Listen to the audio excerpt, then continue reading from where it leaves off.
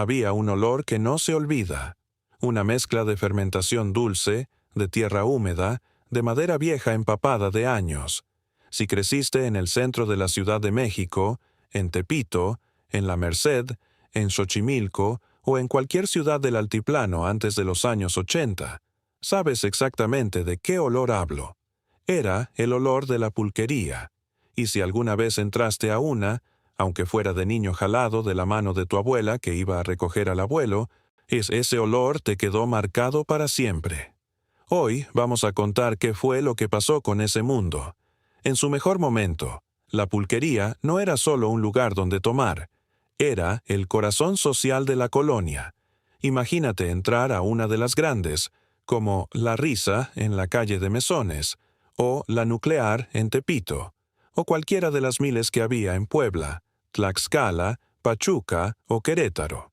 Las paredes pintadas de colores chillantes, verde agua, amarillo yema, rosa mexicano, con murales que pintaban los propios parroquianos o algún artista de barrio que cobraba con cuentas de pulque.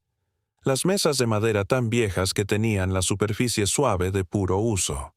Las jícaras de barro o los cuencos de peltre azul donde te servían el tlachique, el curado de guayaba, el de apio, el de nuez. Una jícara grande costaba 50 centavos a principios de los 60, cuando el salario mínimo andaba en los 26 pesos diarios. El pulque era la bebida del pueblo porque el pueblo se la podía pagar.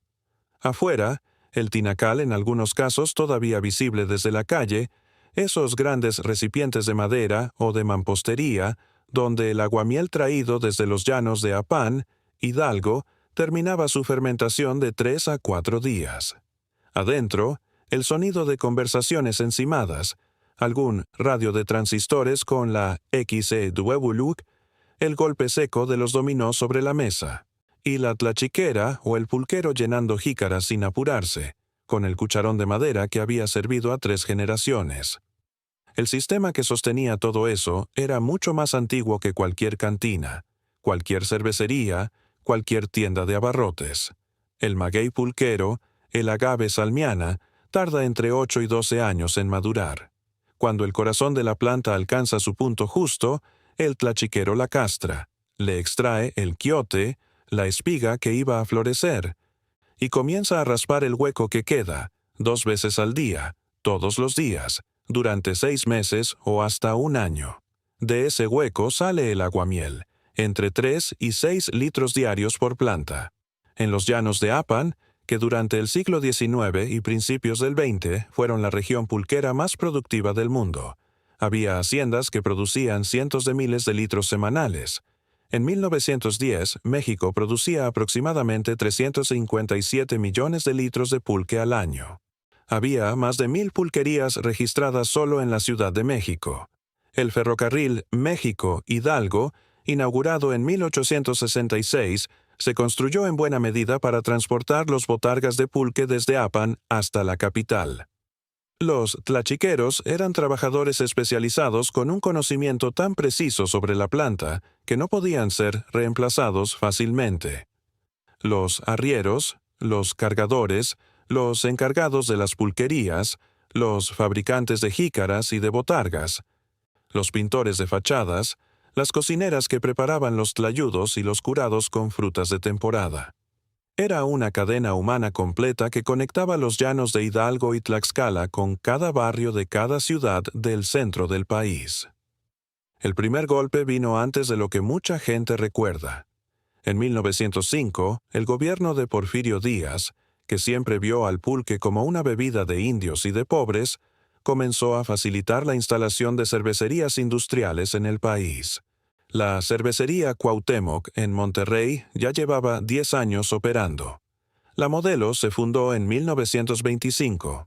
Para los años 30, la cerveza industrial ya tenía algo que el pulque nunca tuvo: una botella de vidrio, un empaque moderno y una campaña de imagen sistemática que la asociaba con la higiene, con la modernidad, con el progreso.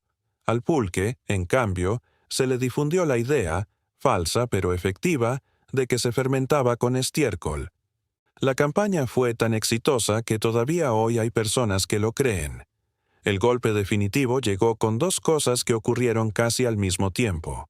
La expansión de la refrigeración industrial en los años 40, que permitió distribuir cerveza fría a cualquier rincón del país, y la llegada del reparto ejidal cardenista, que fragmentó muchas de las grandes haciendas pulqueras de Hidalgo y Tlaxcala. Para 1950, la producción de pulque ya había caído un 40% respecto a su máximo histórico. Los dueños de haciendas que no encontraban rentable mantener los magueyes los fueron arrancando para sembrar cebada, que se vendía directamente a las cervecerías. Lo que siguió fue lento, casi imperceptible año con año, pero brutal visto en perspectiva. En los años 50 todavía había en la Ciudad de México alrededor de 800 pulquerías. Para 1970 eran menos de 300. Para 1985, menos de 100. El Departamento del Distrito Federal había ido aplicando restricciones cada vez más estrictas, prohibición de pulquerías cerca de escuelas, de iglesias, de mercados. Las licencias se encarecieron, los locales se renovaron con otros giros. En los llanos de Apan, los ejidatarios que heredaron parcelas con maguey fueron arrancando las plantas conforme morían, sin resembrar. El maguey pulquero tarda demasiado en producir para que un campesino con necesidades inmediatas espere 12 años.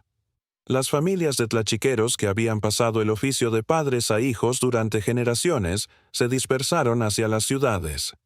Los hijos aprendieron otras cosas. En Xochimilco, uno de los últimos bastiones del pulque en la capital, las pulquerías que habían sobrevivido décadas fueron cerrando una por una entre los años 90 y los 2000. Cuando cerró la antigua Roma en la colonia Guerrero, en 1999, los parroquianos más viejos lloraron. No era exageración, era un mundo que se acababa. Lo que se perdió no fue solo el pulque, fue un tipo de espacio que ya no existe.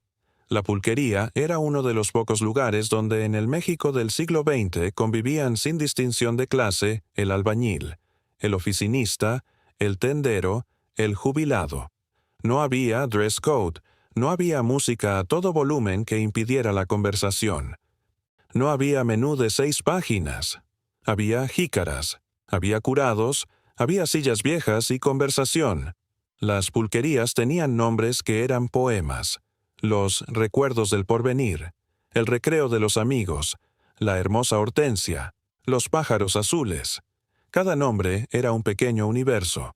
Hoy, los bares de colonia o los antros modernos ofrecen muchas cosas, pero no ofrecen ese tiempo sin prisa, esa democracia barata, esa pertenencia sin requisitos.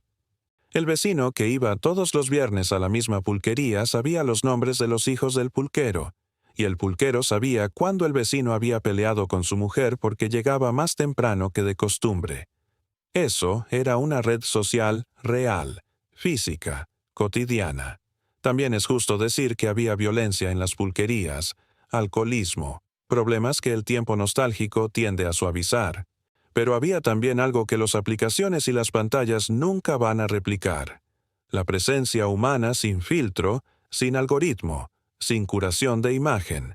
Hay algo que vale la pena pensar con calma.